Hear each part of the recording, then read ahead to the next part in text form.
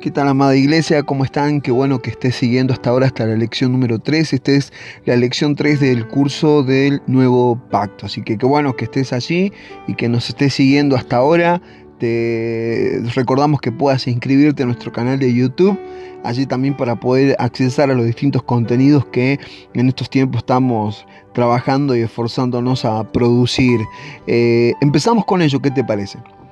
En las lecciones pasadas hablábamos sobre las nuevas capacidades que tenemos en el nuevo pacto para poder obedecer todos los principios del reino y del nuevo pacto, pero vamos a ver cómo estaba explicado y profetizado aún en el Antiguo Testamento, porque este nuevo pacto, aunque opera en el Nuevo Testamento, estaba anunciado ya en el Antiguo Testamento. Ahora, la palabra nuevo pacto, ¿qué creemos qué significa nuevo para nosotros? ¿Cómo podemos interpretar la palabra nuevo? Hay dos tipos de nuevo. Cuando hablamos de nuevo, estamos hablando de algo que puede descalificar lo viejo.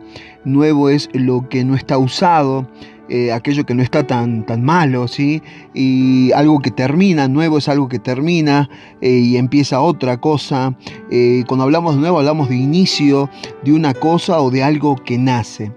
La verdad que la palabra griega para nuevo, y es cuando se hace referencia al pacto, no habla de neopacto, sino habla de kainos pacto.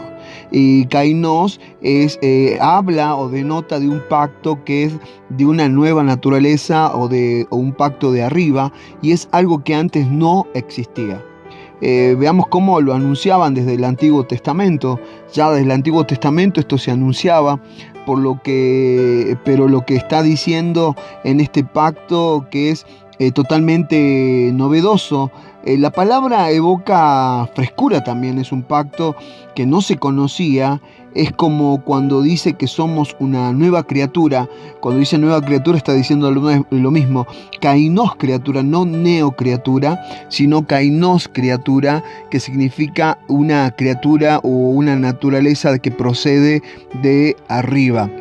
Y es esa nuestra procedencia, obviamente, nuevas criaturas. No está diciendo de alguien que está volviendo a empezar, sino que está diciendo que es una criatura que antes no existía aquí en la tierra.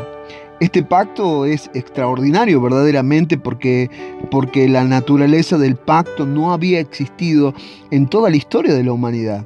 ¿Cómo se anunciaba desde el Antiguo Testamento? Jeremías 31:3 dice: He aquí vienen días, dice Jehová, en los cuales haré nuevo pacto con la casa de Israel y con la casa de Judá. Ezequiel capítulo 35, versículos 25 al 28, lo explica de una manera muy detallada. Verdaderamente es muy bueno seguir esa lectura que nos permite entender cómo opera este nuevo pacto, y dice que esparcirá sobre nosotros agua limpia y seréis limpiados de vuestras inmundicias, y de todos vuestros ídolos os limpiaré. Os daré corazón nuevo y pondré espíritu nuevo dentro de vosotros. Y quitaré de vuestra carne el corazón de piedra y os daré un corazón de carne y pondré dentro de vosotros mi espíritu. Esto es totalmente novedoso, total y absolutamente novedoso. ¿Cómo podría poner Dios dentro de una persona su espíritu? Sigue la escritura y dice: y haré que andéis en mis estatutos. ¿Quién iba a hacer que andemos? Porque dice y haré, o sea, Él hará. Dice y haré que andéis en mis estatutos. ¿Quién lo iba a hacer? Él lo iba a hacer. Esto es algo realmente novedoso. Antes al hombre se le exigía andar en sus estatutos, pero en este pacto la Escritura está diciendo: yo voy a hacer que anden en él. No está hablando de una manera tiránica, diciendo, bueno, van a ver cómo los voy a hacer andar. No está hablando de una manera tiránica, está hablando de una manera posible, de una manera que va a resultar posible para nosotros, que se puede hacer. Y guardéis, dice, mis preceptos y lo pongáis por obra. Habitaréis en la tierra que di a vuestros padres, y vosotros me seréis por pueblo, y yo seré a vosotros por Dios. Y yo seré a vosotros por Dios. Si hiciéramos una pregunta, dice él que va a ser posible que andemos en sus estatutos y que guardemos sus preceptos. Estas dos cosas, andar en sus estatutos y guardar sus preceptos, habíamos dicho primeramente, ¿de qué estatutos? La pregunta que quiero hacer es, ¿a qué estatutos y a qué preceptos está haciendo alusión? ¿Qué estatutos y preceptos en la ley del antiguo pacto estaban descritos en la ley? Estaban verdaderamente descritos allí en la ley. Ahora, los 10 mandamientos existía y fueron dadas también allí, obviamente, la ley moral, o sea, tiene un enfoque con la moralidad de las personas que es correcto, pero ahora que usted tenemos la vida de Cristo impartida en nosotros y que tenemos las habilidades de Cristo, nos iremos a quedar solo con un aspecto moral de un mejoramiento moral únicamente. Verdaderamente no. Hasta dónde llega tener la nueva naturaleza, hasta dónde nos va a llegar, dónde nos va a llevar esta nueva naturaleza, únicamente a un mejoramiento moral. Realmente no. ¿Y hasta dónde puede ahora el potencial que Dios tiene dentro de nosotros, hasta dónde nos puede llevar? Si va a ser solo un aspecto de moralidad, si pensar obviamente que tan solo sería un aspecto de moralidad, es reducir aquello o reducir el entendimiento del potencial que realmente Dios puso a través de su Espíritu y esta nueva naturaleza en nosotros. ¿Cuáles preceptos, cuáles estatutos debemos andar nosotros ahora? Que dice su palabra, dice que ahora tenemos por su Espíritu las habilidades de Él. Es bueno tener una vida moralmente sana y moralmente buena. Y que nos parece que Dios ahora nos dice y dijo, ¿qué tal si ahora yo te llevo a ver cosas que nadie ha visto, que nadie ha oído, y que puedo yo generar en las personas creatividad, que no han subido al corazón de hombre de algunas personas? Sería bueno realmente, dado que Él puso sus habilidades en nosotros, dado que ahora aportamos su naturaleza, esto no es tan solo para llevar una elevada moralidad en nuestros días, sino también que nos capacita y nos lleva al cumplimiento de la palabra, de cosas que ojos no vio y oído yo, ni han subido al corazón del hombre, son las que Él ha preparado para nosotros. Y obviamente esas pueden generar en nosotros creatividad. Si Él puede producir que haya en nosotros cosas que nadie vio, que nosotros vamos a poder verlas, oír cosas que nadie oyó y que no han subido a corazón de hombre, cosas que son absolutamente nuevas. ¿Qué implicaría eso? ¿Qué significa cosas que no han subido al corazón del hombre ni han oído? ¿Qué significa ello? Eso significa revelación y significa realmente, implica obviamente revelación en nuestras vidas para ver lo que otros no ven, para oír lo que otros no oyeron. Ahora, ¿cómo será o cómo se llamará en el aspecto empresarial si lo trasladamos a un aspecto natural o un aspecto empresarial, por ejemplo? Esa revelación puede ser llamada en ese ámbito como creatividad, algo nuevo. Es algo creativo, es algo novedoso, es algo revelador. Por eso lo llevamos a ese plano. Si lo trasladáramos a ese aspecto empresarial, sería creatividad. Como desarrollo, para poder desarrollar cosas. Pero hay una palabra clave que realmente puede llevarnos a más entendimiento. Él puso en nosotros creatividad, revelación y también innovación. Por eso lo que está diciendo, cuando rompemos con esa mentalidad solamente de culto y Dios puede traer una innovación, ¿quién estará diseñado por Dios para generar las nuevas tendencias aquí en la tierra? ¿Quién estará diseñado por Dios o a dónde habrá puesto Dios su diseño para generar las nuevas tendencias, para innovar, para revelar su creatividad o su faceta creadora? ¿Quién estará diseñado por Dios para generar las nuevas tendencias aquí en la tierra? Y yo sé lo que estás pensando, y es la iglesia. Es la iglesia aquella que está diseñada por Dios para generar las nuevas tendencias aquí en esta tierra. Lo que pasa es que no ha desarrollado ese potencial la iglesia. ¿Quiénes generan tendencia ahora? ¿Quiénes hoy en la tierra generan tendencia, por ejemplo, en la moda? ¿Quiénes serán los que andan generando tendencia en la moda? Los diseñadores de moda, obviamente, pero en su plataforma, en formas de creencias, en la mayoría de ellos, desde sus plataformas morales, desde sus concepciones ideológicas, en la literatura. ¿Quiénes generan tendencia hoy en día, en este momento? ¿Cuál es la plataforma filosófica de su filosofía de vida? ¿Cuál es la filosofía de vida sobre la cual ellos escriben? En los deportes, por ejemplo, ¿quiénes están generando hoy tendencias? Por ejemplo, en los cantantes, deportistas, encontramos hoy gobernantes, cantantes, deportistas, gobernantes, que ponen por delante y expresan su fe en Jesucristo, y hemos escuchado en estos tiempos en diferentes disciplinas y estándares de la sociedad y estándares del desarrollo de la vida humana, donde la gente está testificando, está poniendo por delante su fe en Jesucristo, y están siendo notorio todo ello. ¿Y qué nos estará diciendo todo esto? ¿Qué nos estará diciendo que hoy escuchemos, más que en otros tiempos, personas que testifican de la fe que tienen, personas que, dado al don, talento, capacidad, innovación, creatividad que hoy poseen? ¿Qué nos está diciendo todo ello? ¿Cuál es el mensaje que tenemos que leer cuando escuchamos voces de diferentes estándares de estas disciplinas que hoy están confesando su fe en Jesucristo? Que empiezan a verse en todas las personas, comienzan a verse que están hablando de Cristo de una manera abierta en los medios. ¿Qué estará pasando? ¿Qué es aquello que estamos empezando a ver?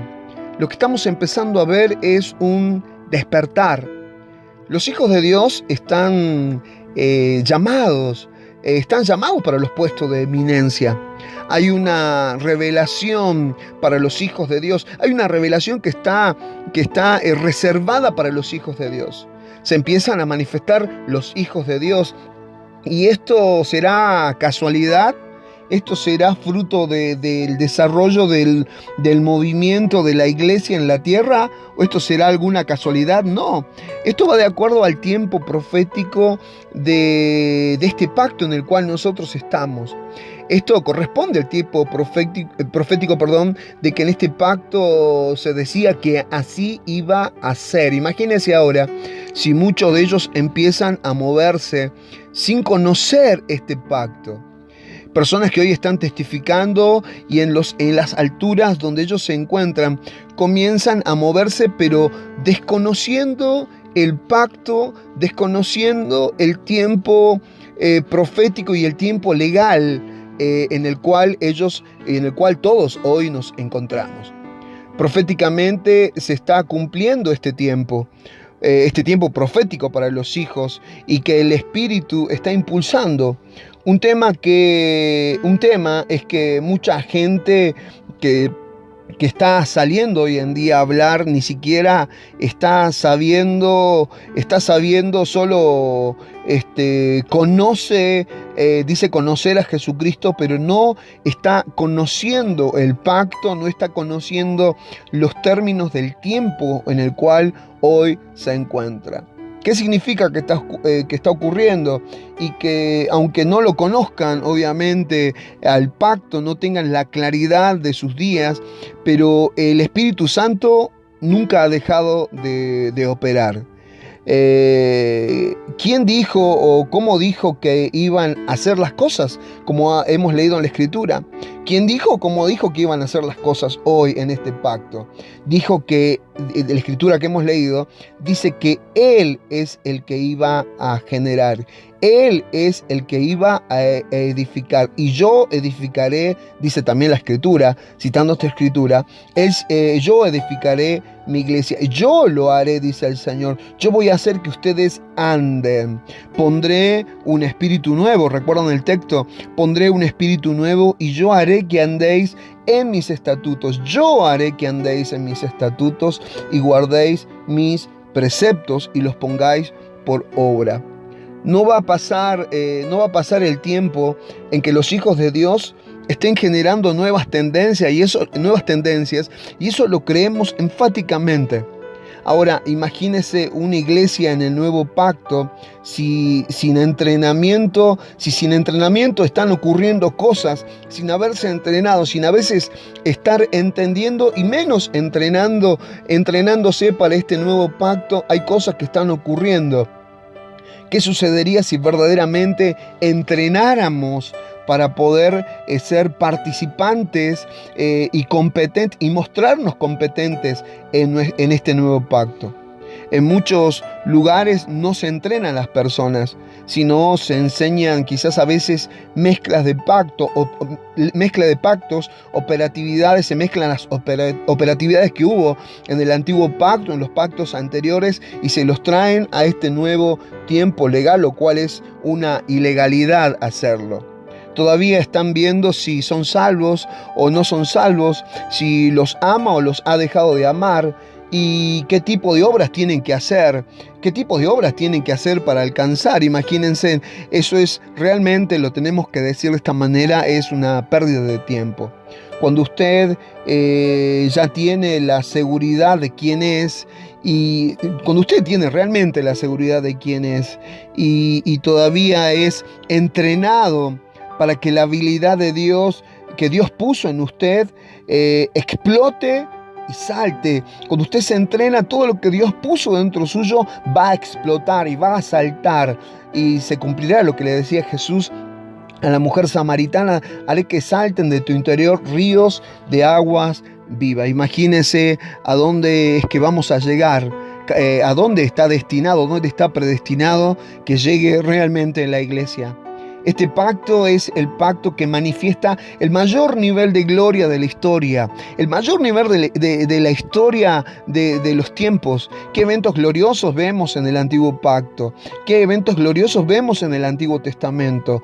Que usted diga, bueno, qué bárbaro. Es más, nos hubiese gustado realmente estar allí. Yo también tengo mis instancias en las Escrituras que a veces he dicho de esa manera, que hemos visto gloria en el antiguo pacto. Quizás allí algunos se ven junto a Esther cuando se abrió el Mar Rojo, la multiplicación de los panes y los peces, cuando se cambió el agua en vino, haber escuchado a Salomón esos proverbios de sabiduría, Elías contra los profetas de Baal. Toda esa gloria fue bajo un pacto que dice la palabra que ya caducó. Hebreos, siempre citamos el libro de Hebreos y siempre te vamos a invitar que lo puedas leer completo, de una manera entera. Dice que ese pacto ya caducó. Y que se describe que ese pacto que era de inferioridad de calidad. Y dice que este pacto es superior, con mejores promesas, con un mejor sacerdocio inclusive. ¿Se imaginan los eventos que vamos a ver, los eventos que van a ocurrir cuando la iglesia esté operando de una manera práctica en el pacto donde debe operar? ¿Y por qué todavía no? No quisieran que ya no quisieran, yo quisiera y seguramente vos también, no quisiéramos vernos ya que estamos operando como corresponde en este pacto.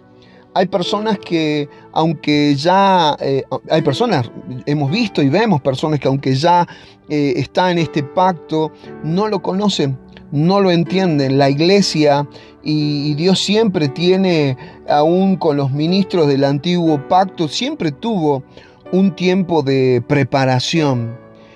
Dios tiene en este nuevo pacto, para aquellas personas que no lo conocen, para la iglesia que desconoce y tiene esa ignorancia, o sea, el desconocimiento del tiempo en el cual está viviendo, Dios siempre tuvo en el Antiguo Testamento, también en el Antiguo Pacto, un tiempo de preparación. Por ejemplo, Jesús, ¿a qué edad que explota su ministerio?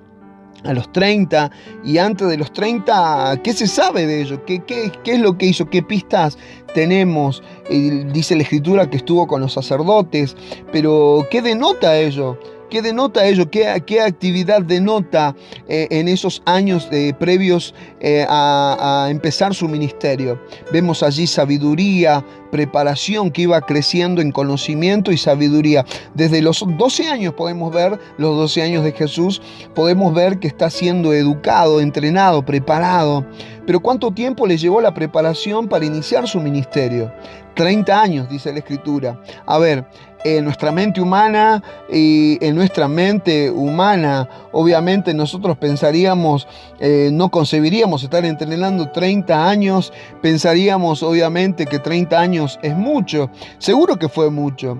Y si fuese por usted y por mí, obviamente, quizás hubiésemos dicho, bueno, sería mejor haberlo activado a los 18 años, a los 21, porque los procesos humanos no son iguales a los procesos divinos. Una persona común hubiese dicho, qué desperdicio, que ya estando aquí el Hijo de Dios todavía le tenemos que entrenar 30 años, si lo hubiésemos de una perspectiva humana y natural, porque ¿por qué no lo activamos ahora a los 12? ¿Por qué no lo activamos cuando tiene 15 o 18? Si ya se peleaba con los maestros de la ley. ¿Por qué no sucede todo eso? Ya se peleaba con los maestros de la ley. Porque Dios siempre respeta los tiempos, siempre va a respetar ciertos tiempos del proceso. ¿Qué le espera, mejor dicho, a la iglesia cuando llegue a un punto de madurez? ¿Qué cree que le espera a la iglesia alcanzando ese tiempo de gloria, ese tiempo que se espera y tiene que llegar a la iglesia a manifestar esa gloria? ¿Pero qué nivel de gloria? La misma gloria de Cristo. Y la pregunta sería, ¿de cuál Cristo? Y del Cristo resucitado, del Cristo glorificado y del Cristo impartido. ¿Y qué está haciendo Dios ahora? Porque Dios nunca ha detenido su operatividad, más allá que podamos estar en estos días aquí en Salta, Argentina, en cuarentena, en estas fechas. Pero ¿qué está haciendo Dios ahora? Dios se paró, se paralizó. ¿Qué está haciendo Dios ahora? Así como en el tiempo de Jesús, tenemos que decirte que Él está preparando, Se empiezan a ver esbozos en algunas medidas, pero dice Dios, tranquilos, necesito primero prepararlos porque en este pacto se va a manifestar la mayor gloria, el mayor nivel de gloria, se va a manifestar la mayor gloria, pero no la gloria de la humanidad, sino la mayor gloria que la humanidad haya experimentado de parte de Dios. Por eso dice la Escritura claramente, dice muy claramente en la Escritura que la creación está esperando la manifestación de los hijos de Dios y que gime. Romanos 8:19 está citada esta palabra, porque la creación ya sabe que viene una manifestación, toda la creación sabe que viene una manifestación de parte de Dios en cumplimiento de esa palabra. Si todo eso viene, ¿qué tipo de cosas iremos a ver? Hechos capítulo 8:39 relata de un acontecimiento en el nuevo pacto que le sucedió a Felipe. Dice que fue transportado en cuerpo y desapareció físicamente y fue trasladado hacia otros países, entre otras cosas que podemos enumerar. Hoy hay cosas que serán para nosotros monedas cotidianas y que rayan de cosas sobrenaturales, podríamos dar en el mejor entendimiento de esa palabra. Aquí es donde tenemos que entrar a entender la sobrenaturalidad del pacto. Y esto es muy, llamémosle, apasionante. Y aquí es donde debemos permanecer y seguir aprendiendo y seguir entrenando. Tenemos que aprender lo que en este pacto nos corresponde. Por eso estamos siendo entrenados a través de estas lecciones. Buscamos ser entrenados, buscamos aprender y ser entrenados para este tiempo en el cual nosotros vivimos. Pero ¿qué nivel de gloria vamos a manifestar? Algo que será verdaderamente extraordinario. Este pacto, dice la Escritura, que es un pacto que no es de la carne. y que este pacto no es de la letra. Cuando hablamos de la carne creemos que es tan solo por el pecado y no absolutamente tomando esa referencia. Cuando hablamos de la carne hablamos de las capacidades humanas también. No solo carne pecaminosa, sino simplemente que este pacto no tiene nada que ver con las capacidades humanas. ¿El antiguo pacto tenía que ver con las capacidades humanas? Sí, absolutamente, tenían que ver con las capacidades humanas, absolutamente. Lo que hagas es lo que va a permitir que se realicen. Esa era la regla del antiguo pacto. Por eso se le dice que en un aspecto legal, digamos, o que era un pacto condicionado. Por eso ese pacto llegó a ser caduco, porque dice que nunca nos perfeccionó, que no pudo hacer perfecto a nadie. No podía en ese pacto, no podía alcanzar la perfección. Vos y yo no podíamos alcanzar la perfección en ese pacto, y nadie alcanzó la perfección los que estuvieron bajo él. No podían alcanzar la perfección porque había lo que podíamos llamar ahora sí la carne pecadora, la carne pecaminosa, la carne en sí, la ley del pecado. Lo podía contrarrestar, pero en este pacto queda anulado, porque la ley de la vida en Cristo Jesús nos ha librado de la ley del pecado y de la ley de la muerte. Ahora, olvídese tan solamente que esto se trata de portarse bien o de excelente moralidad.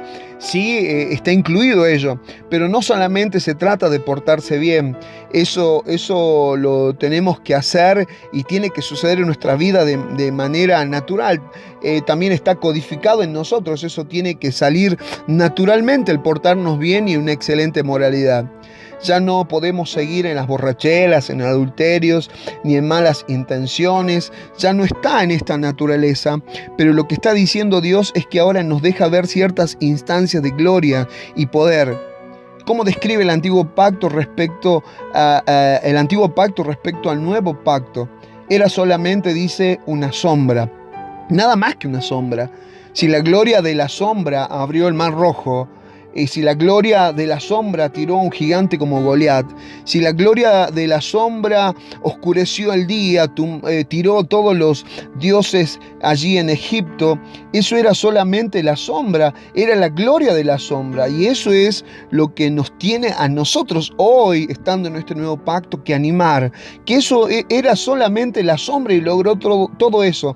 ¿Qué fuerza puede tener una sombra? ¿Qué fuerza tiene o qué puede hacer una sombra? Y así lo describe, solamente puede reflejar algo. Pero este pacto, este nuevo pacto, ya no es la sombra, sino este nuevo pacto es la realidad. Una sombra no puede mover absolutamente nada, no puede hacer, pero aún así describe el Antiguo Testamento que en el Antiguo Pacto fue con gloria y realmente hubo gloria allí. Pero este nuevo pacto ya no es la sombra, sino es la realidad. Y impactando, es una realidad, la realidad de Cristo, nuestra verdad, y impactando violentamente el mundo natural. ¿Qué está reservando Dios en este tiempo de preparación?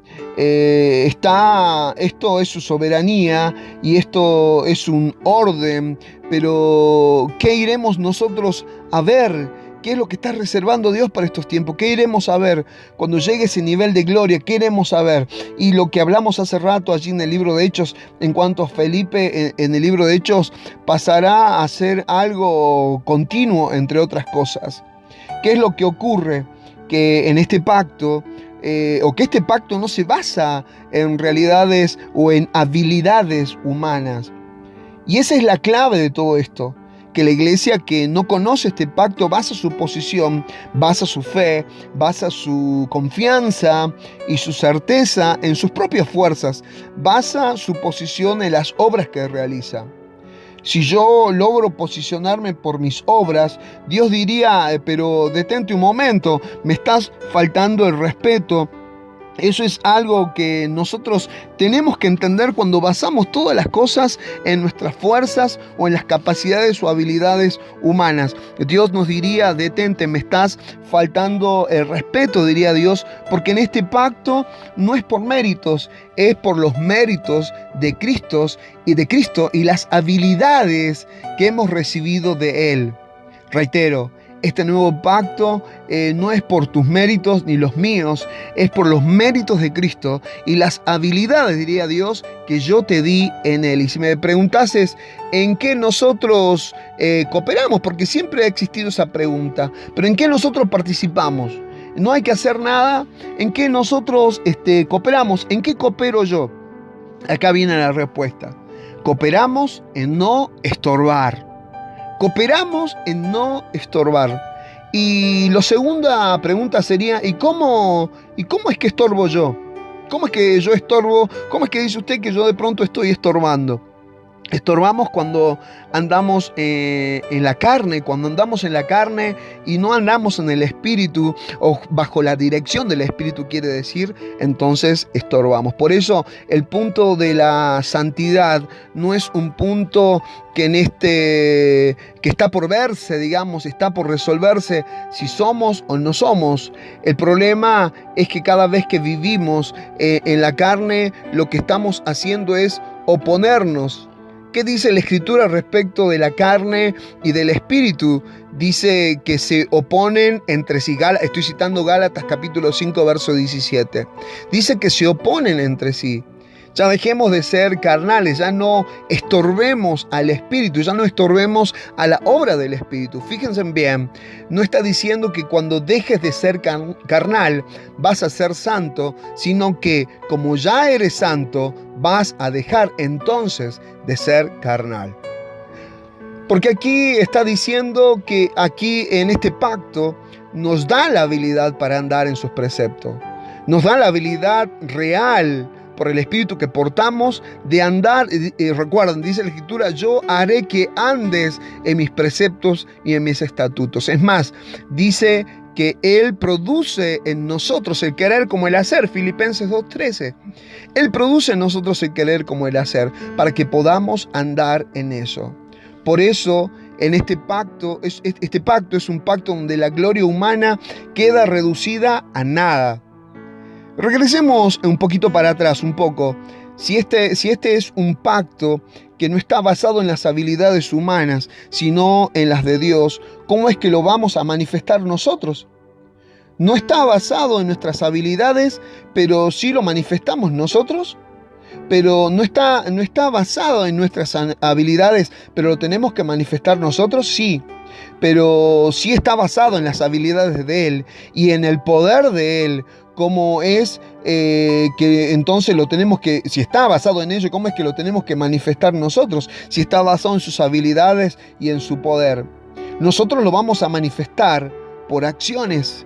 Si va a haber hechos, lo que detona esto no es usted. Lo que va a detonar todo esto, toda esta gloria de Dios, la manifestación de todo ello, lo que detona no es usted ni soy yo, pero sí va a ser a través de nosotros, no por las habilidades humanas, pero sí lo manifiestan los humanos.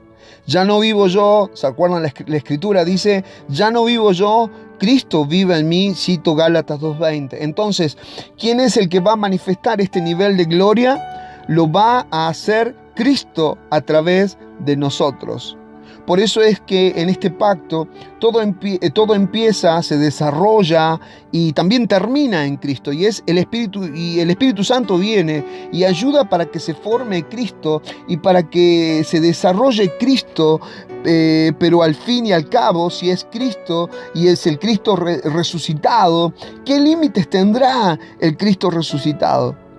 Qué bueno que sea Él. Qué bueno que sea Él el que empieza, el que desarrolla y el que termina todo. Qué bueno que sea el Cristo y el Cristo resucitado. Pero ¿qué límites tendrá el Cristo resucitado? Ninguno. Absolutamente ningún límite. Por eso en este pacto todo tiene que ver con Cristo. Y gloria a Dios Qué bueno que todo tenga que ver con Él, la operatividad de Él y el poder de Él en nosotros. Queda descalificada todo lo que no tenga que ver con Cristo. Absolutamente todo aquello que no tenga que ver con Cristo queda descalificado. Recuerdan cuando estaban allí, en una reunión allí en el monte de la Transfiguración. Dice la Escritura que subieron al monte Pedro, Santiago, Juan y Jesús, y allí hay una gran aparición de Moisés y Elías. ¿Y qué hacen los discípulos? Inmediatamente dicen que ellos les pareció espectacular lo que estaba pasando allí y decían: mirá, Jesús, ¿quién nos cayó de visita? Nos cayó Moisés, que representaba la ley en el antiguo pacto, y mirá, también cayó Elías, que representaba a los profetas del antiguo pacto. Tan solo hago un paréntesis allí. ¿Cómo ellos podían saber que era Moisés y cómo ellos podían saber Elías si no tenían allí ninguna captura de pantalla para saber los rasgos de los mismos? Una revelación netamente del Espíritu. Pero estaban Moisés representando la ley y Elías representando a los profetas del antiguo pacto, y no se oyó la voz de Jesús en ese momento. Allí en ese momento se oyó la voz del Padre diciendo: este es mi Hijo amado, a Él oíd. Mateo 17:5. Dice que se oyó una voz diciendo: a Él oíd. Hay una voz autorizada. Hay una voz autorizada en este pacto, que es única.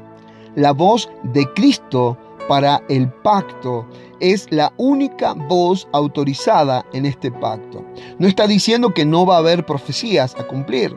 Lo que está diciendo es que en este pacto, por eso Cristo, cuando está en la última cena, cuando parte el pan, dice: este es mi cuerpo. Por eso cuando Él ora el Padre Nuestro, ¿recuerdan la oración del Padre Nuestro bajo la óptica del nuevo pacto? Dice: danos hoy nuestro pan de cada día. ¿Qué es lo que estaba diciendo allí bajo una óptica de reino y bajo la óptica del nuevo pacto? Estaba diciendo, no estaba hablando del pan físico. Siempre, al ser la palabra espiritual, al ser la palabra de índole espiritual, siempre tiene en primera instancia una connotación espiritual primeramente para leer. No estaba hablando del pan físico, dame la comida, que no me falte la comida, el pan en la mesa, sino estaba diciendo: dame la porción de Cristo que todos los días necesito que se forme en mí. Lo que está diciendo es que en este pacto mi porción de alimento tiene que ser Cristo para que sea formado en mí. ¿Y cada cuánto? Todos los días. Dame cada día el pan nuestro de cada día, en cada momento. Fíjense cómo vamos llegando a esta conclusión. ¿Qué dice su palabra? Cosas que ojo no vio ni oído oyó, ni siquiera han subido al corazón del hombre, son las que Dios tiene preparadas, pero para un ámbito donde a Dios se le ama. Son las que Dios tiene preparado para los que le aman. El detalle es que en este nivel donde a Dios se le ama, es un amor que se produce para Dios, pero que solamente en este pacto, en este nuevo pacto, se puede producir. Es un amor que en el antiguo pacto no se podía producir. Había amor allí de parte de las personas, de los hombres, pero este amor que hace alusión la palabra, que es la que Dios tiene preparado para que los aman, para aquellos que le aman, está hablando de un amor que se produce o que se puede producir solo a partir de este nuevo pacto, porque es un tipo de amor que solamente se produce por un espíritu renacido, que se produce por un espíritu, por una persona que verdaderamente ha nacido de nuevo. Vaya si es importante haber nacido de nuevo, haber sido hecho uno en el Señor, en el Espíritu. Y ahora sí, el fruto del Espíritu es amor. Ese amor no es un amor que vos y yo fabricamos, sino es un amor que procede del fruto del Espíritu que ahora opera en nosotros. Por eso dice que nosotros le amamos a Él, porque Él nos amó primero. Se fija cómo todo empieza de pronto quizás a cerrar cuando usted entienda, y cuando usted y yo entendamos el pacto deja de haber contradicciones. Y cuando empecemos a entender el pacto en el cual nos encontremos, va a dejar de haber contradicciones o que nos deja pensando con contradicciones. ¿Dónde se va a gestionar todo esto? ¿Dónde se gestiona todo esto que habla la Escritura y todo esto que estamos hablando? Se gestiona desde el Espíritu.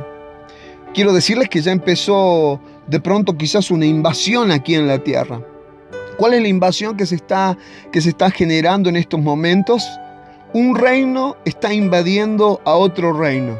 Recuerda, dice su palabra, que hemos sido trasladados de la potestad de las tinieblas, del reino de las tinieblas al reino de su amado Hijo. ¿Qué está pasando en estos momentos? Un reino está invadiendo a otro reino. Por eso es que es eso realmente lo que está ocurriendo y que se tiene que realmente sacar urgentemente de nuestras cabezas la mentalidad de religión, porque se trata de reino. Tenemos que sacar de nuestras cabezas todo lo que tiene que ver con religión, porque ahora un reino está desplazando a otro. ¿Qué vamos a ver entonces? Que en este desplazamiento ya no hay guerra espiritual. Y aquí es donde me quiero detener tan solo un momento. En otro momento vamos a seguir hablando de ello. Pero quiero hacer un paréntesis acá. ¿Qué vamos a ver entonces?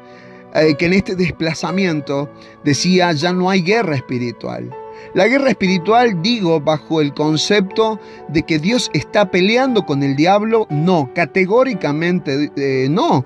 La guerra espiritual basada en que Dios está peleando con el diablo, no existe tal cosa. La guerra espiritual basada o conceptuada en quién gana, que si ganará Dios o las tinieblas, tampoco. Hace 2000 años, verdaderamente hace 2000 años, que Jesús todavía desciende, dice su palabra, a los infiernos. Colosenses 2:15, los exhibió públicamente en un desfile triunfal, o sea, delante de todos los demonios, los vence a Satanás y le quita los derechos de la administración de la tierra. Entonces, como guerra tal, no existe, porque la guerra está terminada.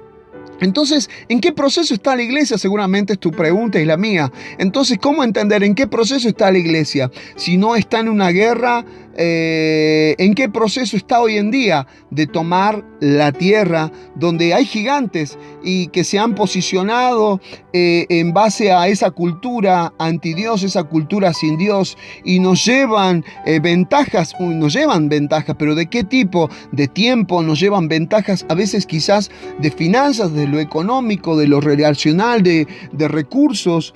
Por eso en el Evangelio se debe hablar de finanzas. Por eso tenemos que hablar de finanzas. Por eso es porque cuando se dice que no se debe hablar, se siguen retrasando, y vos y yo nos seguimos retrasando de áreas financieras. Tenemos que hablar de finanzas, tenemos que hablar de excelencia, tenemos que hablar de mayordomía para ser excelentes administradores. Y recordar que es una facultad y característica que nos ha sido dada, la de ser administradores absolutamente de todo, inclusive del área financiera, pero administradas para el reino de Dios. ¿De qué milicia estamos hablando? De milicia que están siendo infiltrada, que tiene que ser infiltrada, y que realmente estamos siendo infiltrados con todo lo que tiene que ver, pero tiene que ver no con una religión y una guerra espiritual, sino con todo lo que tiene que ver con un reino, con un gobierno. Estamos explicando que en este pacto, que es la legalidad en la cual opera este reino, empiezan a desplazar a las tinieblas. No que se está viendo quién gana. Ya ganamos, dice la Escritura, que venció y nos hizo más que vencedores. Ya ganamos, pero ahora traemos una notificación judicial diciéndole a las tinieblas: ni en los hogares, ni en las universidades, ni en las escuelas, ni en el gobierno, ni en la política, no te queda mucho tiempo. Esa es la notificación legal que acercamos. No te queda mucho tiempo, Satanás. Se están levantando los hijos de Dios. Tienen que levantarse los hijos de Dios, libertando a la gente de demonios, libertando a la gente de enfermedades, de una mentalidad religiosa. Se está levantando el ejército en este sentido más poderoso, un ejército que avanza con una victoria asegurada y ganada.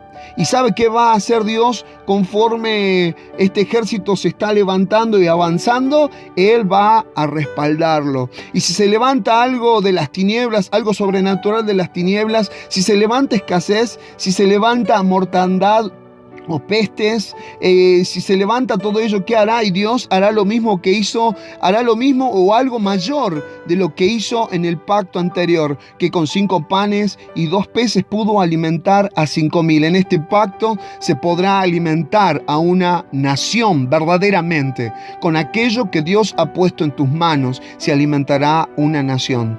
Lo que pasa es que los hijos de Dios tendrán que llegar a los lugares donde pueden estar para multiplicar. Los hijos de Dios tienen que estar, así como los discípulos estaban posicionados cerca de Jesús y desde esa posición pudieron ver multiplicado y multiplicar, siendo copartícipes, estando al lado de Jesús de esta multiplicación. Así nosotros tenemos que llegar a los lugares donde tenemos que estar para ver multiplicada y multiplicar todo ello, las cosas para alimentar, si se quiere, una nación, lugares de excelencia, lugares de gobierno, lugares de posición, lugares de administración, donde verdaderamente están reservados para nosotros.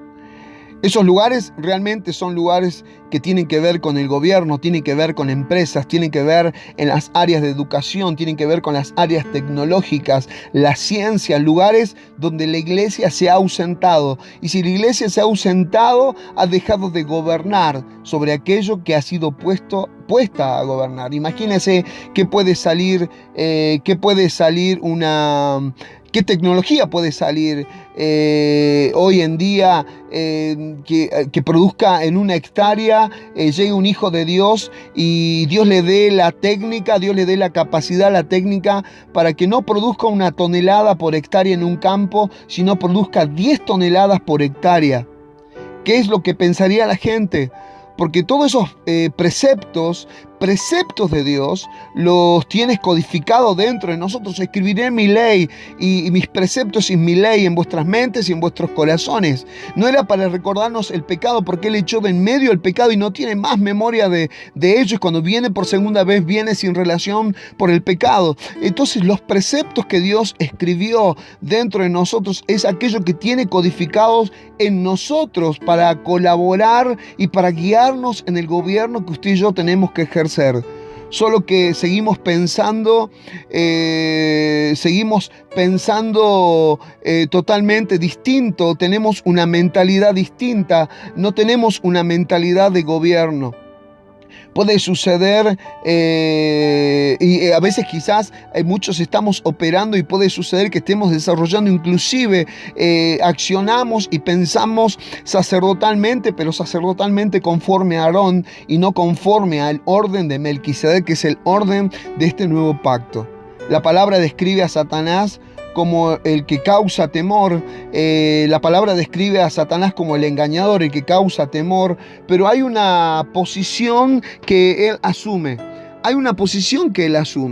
para causar temor. Dice la Escritura que él anda como león rugiente, 1 de Pedro 5:8, que él anda como león rugiente, no es el león, anda como un león, pero no es un león. Y toma ventaja, toma ventaja al poner temor en nosotros. Pero déjenme decirles algo que siempre hemos enfatizado en nuestras reuniones. Cuando desaparece el temor, de una persona, además en estos tiempos es bueno hablarlo. Cuando desaparece el temor de una persona, cuando conoce la verdad.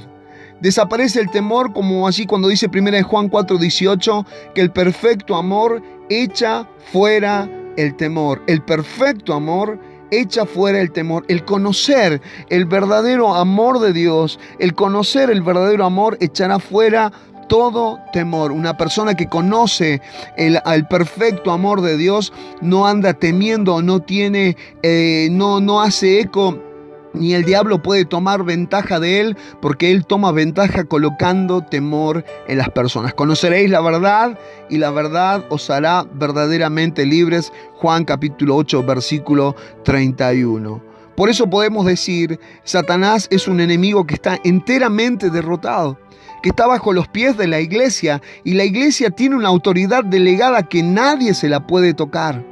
Tiene una autoridad delegada que nadie puede levantarse contra ella, nadie puede tocarla por esa autoridad que porta, ha sido investida con esa autoridad. Y lo único que estamos haciendo nosotros hoy en día es entrenando.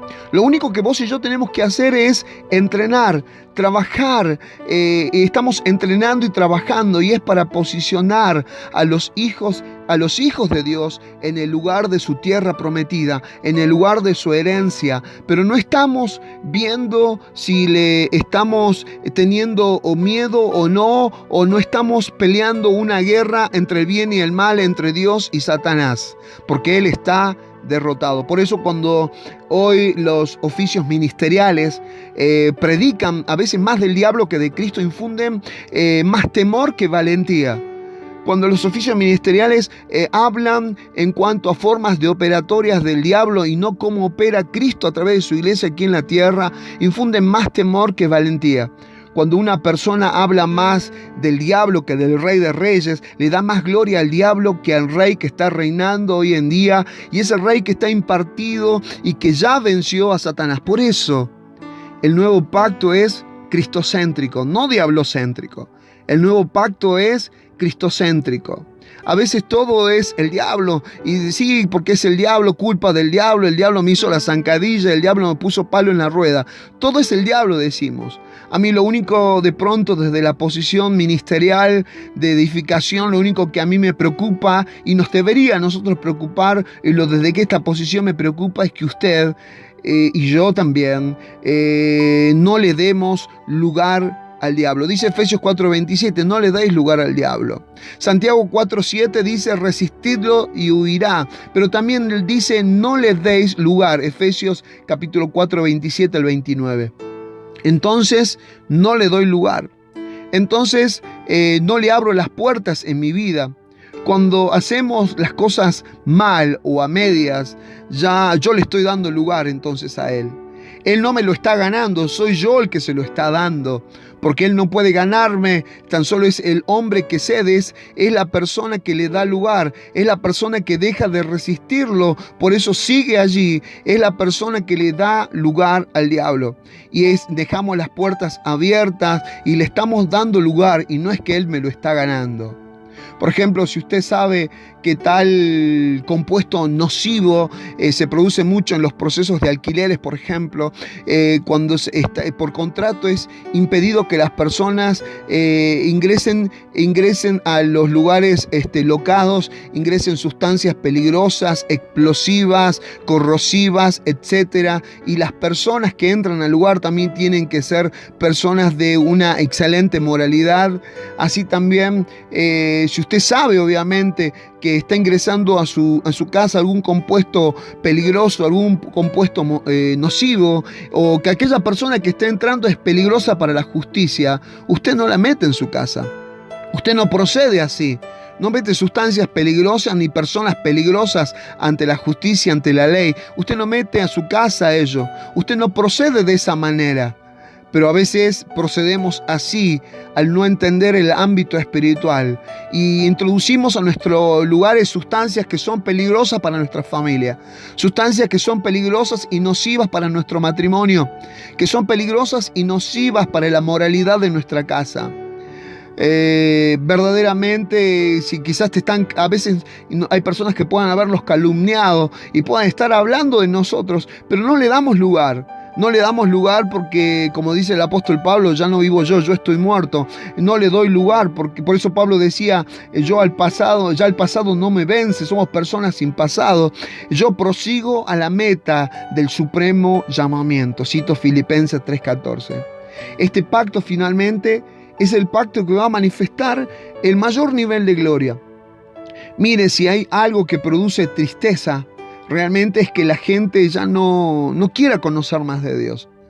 Los hijos de Dios, o sea, que todavía tengan la mentalidad de cumplir con Dios, que tengan en sus mentes únicamente asistir a las reuniones para cumplir con Dios. La Escritura dice que son allí lo que se habla en cada reunión, lo que se habla en cada oportunidad, son los tesoros escondidos que nos va a llevar a más. Y yo sé que usted como yo, nosotros queremos más, porque lo que vamos a hablar, de una iglesia inexperimentada en la tierra, va a llegar el momento que será tanta la gloria de Dios que la iglesia tendrá y empezará a operar en esos niveles de gloria y dejará de ser inexperimentada y dejará de hablar inexperimentadamente. Tendrá la claridad de sus días. Tendrás que ver dónde es que andas en estos días. Tendremos que ver dónde es que estamos, en qué parte de los procesos de Dios estamos para la expresión de su gloria.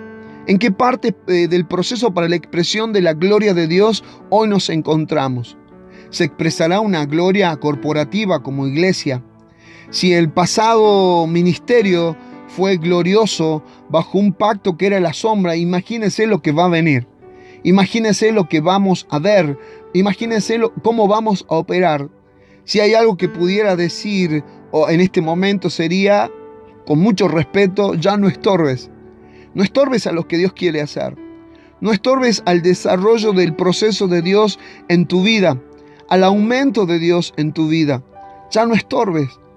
Haz morir lo terrenal, hagamos morir lo terrenal, echemos manos de la vida eterna, o sea, echemos mano del Espíritu, porque todo esto se va a gestionar desde el Espíritu. Y te recuerdo que te uniste al Señor, y el que se une al Señor, un espíritu es con Él. Muchas gracias, nos vemos en la próxima lección. Gracias.